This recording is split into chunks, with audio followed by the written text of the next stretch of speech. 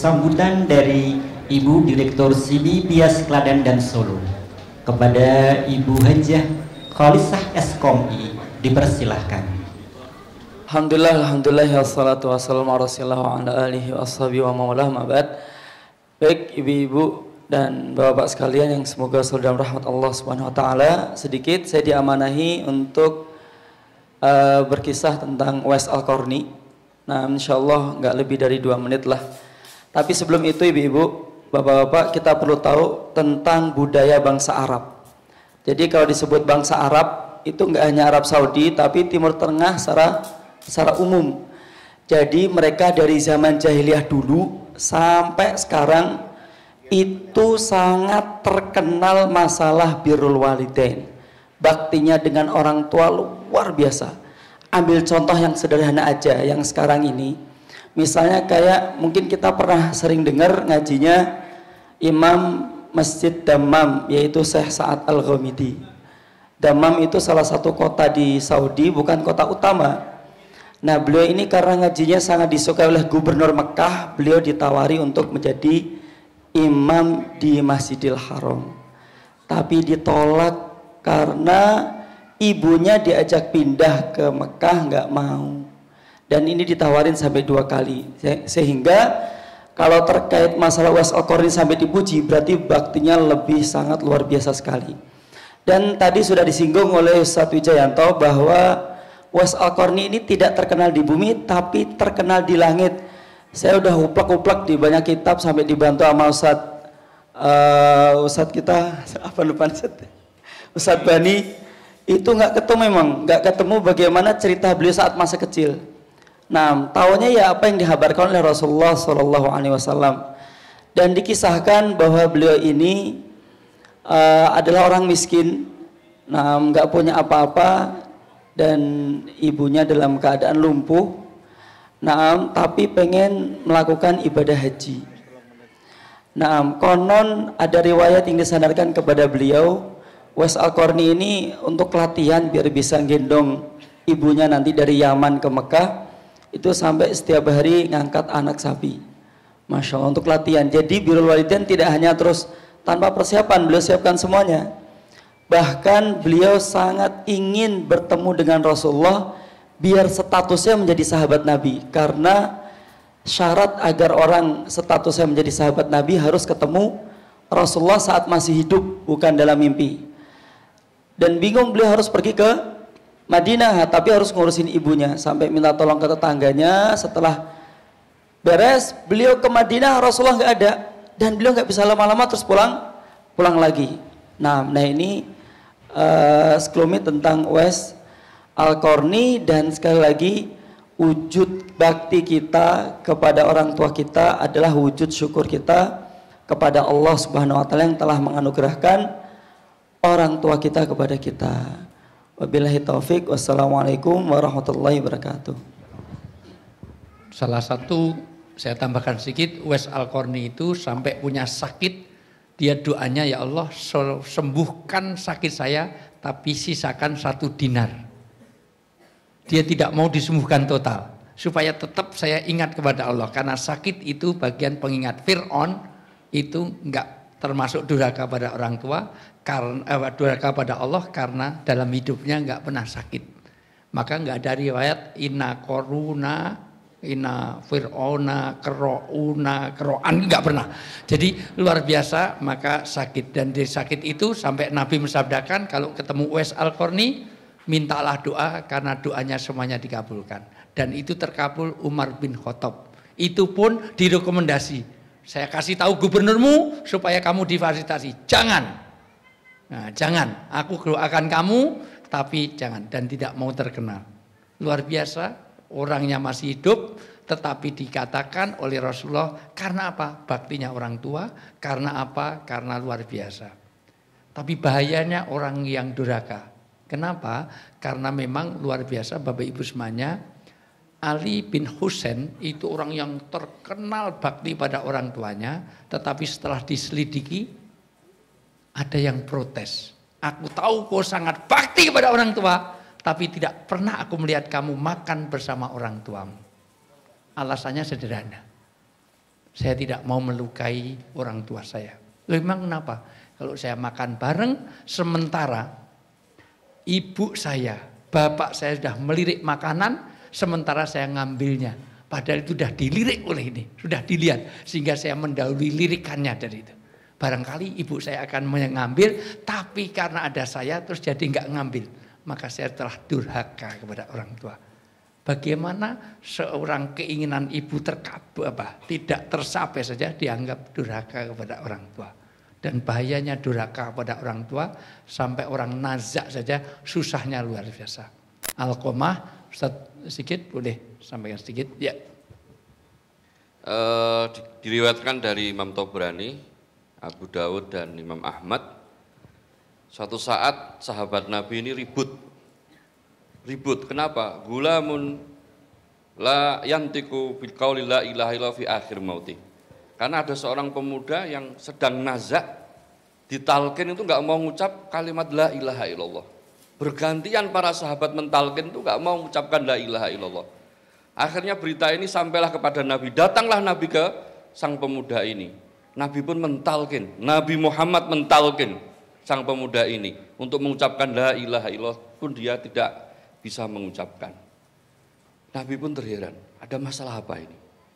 Para sahabat mungkin ada yang dekat dengan sang pemuda ini, namanya Alqamah, dia bilang mungkin dia punya masalah dengan ibunya. Ya, kata Nabi, panggil ibunya. Maka para sahabat pun mendatangi ibunya, wahai ibu, sekarang putra anda Alqamah sedang nazak. Disuruh mengucap la ilaha illallah, Nabi nggak bisa. Anda diaturi rawuh oleh Nabi Muhammad SAW. Kata sang ibunda tadi, tidak akan pernah saya hadir. Datang lagi utusannya kepada Nabi. Ibunda Alqamah tidak mau hadir ya Rasulullah. Kata Rasul apa? Sampaikan kepada ibunda Alqamah. Kalau beliau tidak mau hadir, saya akan bakar anaknya. Maka ibu namanya ibu itu sakloro hatine tetap mau memaafkan anaknya. Enggak tega melihat anaknya menderita. Maka datanglah sang ibu ini. Sang ibu datang ini kemudian bertemu dengan Nabi. Kata Nabi, sebesar apakah dosa anak anda sehingga engkau tidak mau memaafkan? Maka ibu tadi dengan tertatih-tatih sambil menangis, dia bercerita, Alqamah itu anak saya soleh, anak saya yang baik hati. Dia anak yang sangat berbakti dengan orang tua. Hanya saja begitu menikah sikapnya berubah. Begitu menikah sikapnya berubah.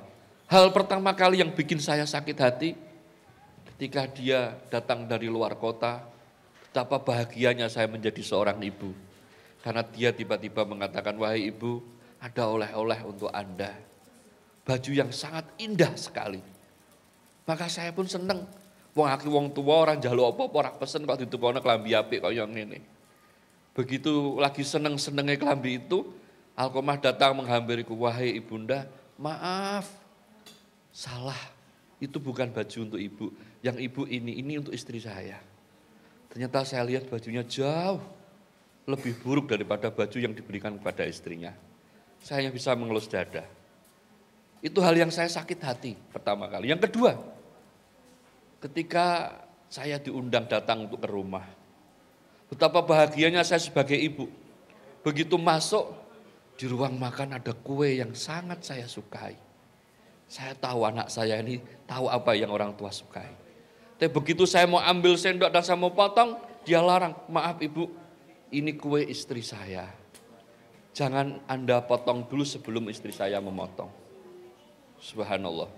Beliau namanya orang tua. Jangankan orang tua ini, melihat anaknya senang pun sudah senang. Sekalipun nggak dapat apa-apa, maka sendok dan pisaunya pun diletakkan kembali. Yang ketiga ya Rasulullah, yang saya agak sakit hati dengan anak saya Alqamah. Ketika saya butuh uang, saya nggak bisa makan, saya datang ke dia, saya bilang, wahai anakku, tidakkah engkau berikan kepada ibumu sejumlah uang untuk saya bisa beli makanan? Kalau enggak, pinjam sajalah. Apa kata anak saya, wahai ibuku, semua keuangan itu saya sudah serahkan pada istriku. Saya tak izin istriku dulu ya. Ya, 3 hal ini ya Rasulullah yang sepanjang masa saya akan ingat terus. Alqamah tidak seperti waktu masih muda sebelum nikah, tapi sudah berubah jauh. Dia seolah-olah tidak bisa merawat perasaan orang tua. Atas hal itulah saya tidak ridho kepada Alqamah. Namun karena saya melihat kondisinya sangat sulit, maka hari ini saya maafkan dosa-dosanya ya Rasulullah. Saya maafkan semua kesalahannya. Saya mau engkau doakan anak saya sehingga dia bisa mati dalam kondisi baik. Maka ketika ibunya meridhoi, kemudian Rasulullah SAW talqin, Alqamah pun mengucapkan dengan pelan perkataan asyhadu alla ilaha illallah wa asyhadu anna muhammadar rasulullah. Kata Rasulullah apa? Subhanallah. Alhamdulillahilladzi anqadahu minan nar. Saya bersyukur wahai ibu, engkau telah selamatkan anak Anda dari api neraka. Itulah sekelumit Alqamah yang tadi kita diskusikan. Saya dibantah oleh teman-teman, iku ora ono hadise. Alqamah wong soleh, mbok tuduh-tuduh koyo ngono. Tapi alhamdulillah kita kata seceng ketemu riwayatnya Imam Tabrani, Abu Dawud dan Imam Ahmad. Sehingga kita bisa pakailah hal tersebut. Wallahu a'lam bishawab. Kita doakan orang tua kita, Bapak Ibu semuanya. Amin. Hadirkan orang tua kita di sini dan sebut namanya. Mudah-mudahan orang tua kita dimuliakan di surganya. Yang sudah meninggal maupun yang masih hidup. Sebut namanya. Al-hadiniyah walikullinati sulkhakuluhu walidati ala wasrafati rasul al-fatihah. A'udzubillahi minasyaitonir rajim. Bismillahirrahmanirrahim.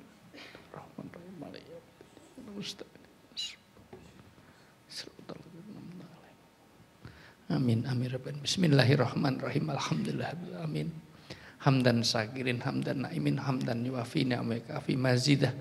Ya Rabbana lakal hamdu kama yanbaghi jawazikal ba'di misultanik. Allahumma ighfir lana wa liwalidina warhamhum kama rabbawna shighara walil mu'minina wal mu'minat wal muslimina wal muslimat al ahya'i minhum wal amwat. Innaka sami'un qaribun mujibud da'wat ya qadiyal hajat. Ya Allah ya Rahman ya Rahim. Seandainya Engkau panggil kami duluan mendahului anak-anak kami, biarkan anak-anak kami yang merawat jenazah kami, yang memandikan kami, yang mengkafani kami. Beri kesempatan anak-anak kami untuk menguburkan kami, untuk senantiasa berdoa dan meninggikan derajat kami di surga, mengampuni dosa kami dengan amal-amal solehnya, dengan doa-doanya. Ya Allah, ya Allah, angkatlah derajat kedua orang tua kami dengan kebaikan-kebaikan yang akan kami lanjutkan. Kami berniat mudah-mudahan semua amal-amal baik kami, kesalahan apapun bisa meringankan semua urusan di akhirat untuk orang tua kami. Ya Allah, ampunilah dosa ibu kami, ampunilah dosa kepada bapak kami, kepada orang tua kami. Ya Allah, Rabbana atina fid dunya hasanah wa fil akhirati hasanah wa qina adzabannar. Bi fadli subhanaka rabbi izzati amma yasifun wa salamun alal mursalin walhamdulillahi rabbil alamin. Bapak Ibu semuanya, birrul walidain adalah salat surgawi kita. Sampai menitipkannya ridho Allah pada orang tua. Dan kalaulah kita sudah ditinggal orang tua, kita masih bisa melanjutkan bakti kita dengan sedekahnya. Dan jangan pernah kita mendurhakai, apalagi yang masih punya orang tua. Satu pembelajaran yang sangat baik, orang berbuat baik saja ternyata tidak cukup dengan makanan, dengan finansial, tetapi menomorduakan. Untuk kelengkapannya ada seorang ulama, seorang alim, tapi kena fitnah juga. Karena apa? Karena dia menomorduakan orang tuanya. Siapa itu? Syekh Junaid. Sangat mutabar di dalam kisah-kisah Islami. Silakan Syekh Junaid, siapa yang? Silakan Ustaz Eri. Kisah Syekh Junaid. Junaid itu terkenal dengan istilah Jurej al-Abid. yaitu Jurej yang ahli ibadah. Julukan Al-Abid ini diberikan oleh masyarakat sekitarnya. Karena Syekh Juret ini di samping rumahnya persis itu ada musola. Dan setiap hari dia sangat rajin sekali untuk beribadah di musola tersebut. Kemudian suatu saat ketika Juret ini sedang sholat sunnah ya tentunya, itu dia dipanggil oleh ibunya. Ya Juret, wahai Juret. Juret mendengar panggilan itu, tetapi dia sedang masih asik dengan sholatnya. Jadi selesai 2 rakaat, dia lanjut lagi. 2 rakaat, lanjut lagi begitu. Sampai ibunya memanggil 3 kali itu tidak ada jawaban dan tidak ada respon. Karena Syekh Juret ketika itu memang lebih memilih sholatnya daripada ibunya. Dan perlu digarisbawahi bahwa kisah Juret ini berada di dalam kitab Sahih Bukhari dan Sahih Muslim, sehingga status hadisnya adalah sahih. Di tengah-tengah Juret beribadah dan dipanggil ibunya itu dia tidak menjawab, tidak merespon. Kemudian ibunya keluar atau terucap sebuah perkataan, kutukan lah. Ya Juret, wahai Juret, demi Allah engkau tidak meninggal kecuali setelah engkau terhinakan di depan para pelacur. Dalam bahasa Arabnya pelacur itu al-mumisat gitu. Dan kebetulan setelah ibunya mengucapkan kata-kata kutukan seperti itu, di samping musola Juret itu ada tanah lapang yang banyak rumputnya, ya padang rumput lah, yang biasa orang menggembala kambing di situ. Suatu saat ada penggembala kambing perempuan dan laki-laki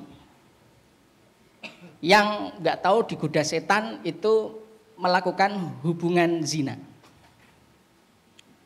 Setelah melakukan hubungan zina itu, ya tiba-tiba turun hujan begitulah, sehingga kambingnya ini dihandle sama si laki-laki yang sebelumnya keduanya berzina, dan yang perempuan ini lari mencari perlindungan dan singgah di musola si Juret. Lalu dan banyak orang menyaksikan mungkin ya, itu ada perempuan itu malam-malam sore-sore berada di musola Juret begitu. Padahal Juret ya tidak ngapa-ngapain sama si perempuan ini.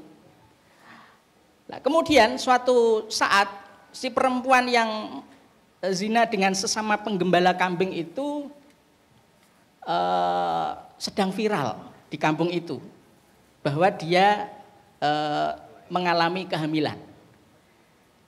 Ketika hamil itu tidak lama kemudian dia dipanggil menghadap raja dan melahirkan.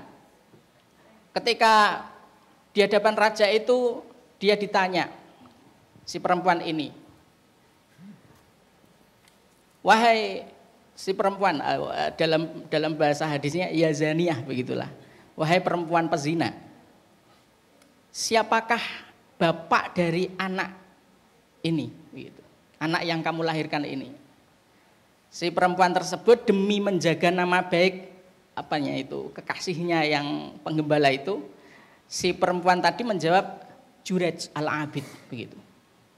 Siapa yang pemilik bapak yang memiliki anak ini itu? Juret Al-Abid, jawaban perempuan tadi itu. Nah, akhirnya para masyarakat sudah terprovokasi ini. Wah, ternyata Juret Al-Abid yang kelihatannya begitu-begitu, ya, ibadahnya sangat top markotop, sangat bagus sekali, ternyata kok begitu ya gitu. Akhirnya masyarakat naik pitam, lalu musolanya itu didemo dan dihancurkan. Ketika itu Syekh Juret juga dipanggil oleh sang raja untuk disidang. Nah, ketika di sidang itu Juret mengaku tidak, saya tidak pernah zina, wallahi tidak pernah zina begitu. Nah, kemudian si bayi yang masih kecil tadi yang baru lahir itu didatangi oleh Juret dan disaksikan oleh para masyarakat sekitar. Man abuka? Siapa bapakmu wahai jabang bayi begitu. Delalah si bayi itu bisa menjawab. Makanya ada sebuah riwayat juga bahwa tidak ada di dunia ini bayi ajaib yang bisa bercakap-cakap ketika masih bayi kecuali dua, yaitu Isa bin Maryam dan bayi pada masa Juret ini. Bayi itu menjawab ketika ditanya man abuka, siapa bapakmu? Jawabannya adalah Ra'il Ghanam. Bapakku adalah penggembala kambing. Wah, ketika mendengar jawaban ini masyarakat pada kecilik ya. Kok ternyata yang mereka sasar yaitu Juret ternyata bukan pezina. Tapi nama baik Juret sudah terlanjur tercemar. Ketika itu kemudian Juret sebagai orang ahli ibadah itu memberikan pelajaran kepada masyarakatnya, wahai masyarakat, saya mohon maaf jika telah terjadi hal demikian, dan demi Allah kejadian ini ternyata atas doa ibuku kepada aku tatkala aku sedang melakukan ibadah sunnah, aku dipanggil ibuku, aku tidak mempedulikannya, dan sekarang inilah hukumannya. Itu sekelumit dari kisah Juret Al-Abid yang semoga memberikan pelajaran untuk kita semua. Nasrun minallah fathun qarib. Assalamualaikum warahmatullahi wabarakatuh. Waalaikumsalam. Udah variasi lagi, ada billahi taufik wal hidayah, ada walum wafiq, ada nasrum qarib, ada salam perdamaian, ada itu semuanya. Bapak Ismanya sayang sekali ada 14 amr, perintah langsung tentang bakti pada orang tua di dalam ayat Al-Quran. Ada 14 dan itu amr. Al-aslu fil amr lil wujub. Asal dari perintah itu wajib. Tapi nggak mungkin kita bahas satu persatu. Ini tadi baru satu poin tentang kewajiban orang tua. Belum bicara tentang kalau sudah meninggal bagaimana. Sebelum saya lanjutkan, karena biar ada kesempatan untuk dialog, ada pertanyaan baik yang kita sampaikan kaitan birrul walidain atau yang lain-lain, nanti masalah keluarga. Ada yang mau menambahkan? Silakan Ustaz Muji dulu. Tambahkan dulu baru nanti kita lengkapi kira-kira apa yang kita lakukan karena tidak putus birrul walidain hanya karena orang tua kita sudah meninggal. Masih ada yang bisa kita lakukan. Ya. Baik Bapak Ibu, azakumullah. Ayat-ayat Al-Quran yang berbicara tentang birrul walidain itu redaksinya diungkapkan dalam bentuk isim masdar, ihsanan, ahsana yuhsinu ihsanan. Artinya dia sekalipun bimakna fi'il, memiliki makna kata kerja, tapi tidak terikat oleh waktu. Maka birrul walidain itu sepanjang hayat dan setelah kematian orang tua kita. Ibnu Mas'ud ketika bertanya kepada Rasulullah Shallallahu Alaihi Wasallam, ya Rasulullah, ayul a'mal ahabbu ilallah. Wahai Rasulullah, amal apa yang paling mulia, yang paling dicintai oleh Allah? Jawabnya Rasulullah, yang pertama as-salatu ala waktiha, kemudian yang kedua birrul walidain, yang ketiga al-jihadu fisabilillah. Syekh Al-Utsaimin dalam kitab Syarah Riyadhus Shalihin karya Imam An-Nawawi ketika mengomentari hadis ini, beliau mengatakan faja'ala an-nabiyyu martabata birril walidain martabata tsaniyah yadullu ala fadli birril walidain. Nabi mendudukkan birrul walidain nomor 2 sebelum jihad fisabilillah, menunjukkan betapa pentingnya birrul walidain. Bapak Ibu yang mudah-mudahan dimuliakan Allah Subhanahu wa taala. Kalau masa hidupnya banyak ya kita tawadhu, kita mencukupi kebutuhannya, nggak boleh membentak. Setelah kematian beliau, ya, kematian keduanya, ada doa tadi. Paling penting ada ibadah maliyah yang ittifaq di kalangan para ulama ahlu sunnah wal jamaah. Saya baca kitab Fatawa Al-Kubro karya Syekhul Islam Ibnu Taimiyah. Itu beliau mengatakan fala nizaa baina ulama'i ahli sunnah wal jamaah ala wusuli al-ibadatil maliyah. Ini tentang ihdath thawab alal mayit, mengirimkan pahala untuk orang yang telah meninggal, terutama kedua orang tua. Ibnu Taimiyah mengatakan bahwa tidak ada pertentangan di antara ulama ahlussunnah wal jamaah akan datangnya atau sampainya pahala sedekah kita kepada orang tua kita yang telah meninggal. Kemudian beliau melanjutkan wa tanaza'u bainahum ala wusuli al-ibadatil badaniyah. Nah, kalau ibadah-ibadah badaniyah itu khilaf di kalangan para ulama. Misalnya ihdath thawab dengan qiraatul Quran, itu khilaf di kalangan para ulama. Dengan sholat, orang tua kita dulu nggak sholat, ini kita sholat untuk orang tua kita, khilaf di kalangan para ulama. Memang ada misalnya seperti Imam As-Subki dalam kitab Fathul Mu'in di bab sholat, itu memang wa fa'ala bihi As-Subki mengerjakan itu. Tapi ada ulama-ulama karena nggak ada dalil soreh mereka tidak, makanya khilaf. Ibadah badaniyah yang dikirimkan kepada orang yang telah meninggal, sedangkan pahala sedekah, pahala maliyah yang kita atasnamakan orang tua kita yang telah meninggal, ittifaq, sepakat antara ulama ahlu sunnah wal jamaah. Jazakumullah ala ihtimamikum. Baik.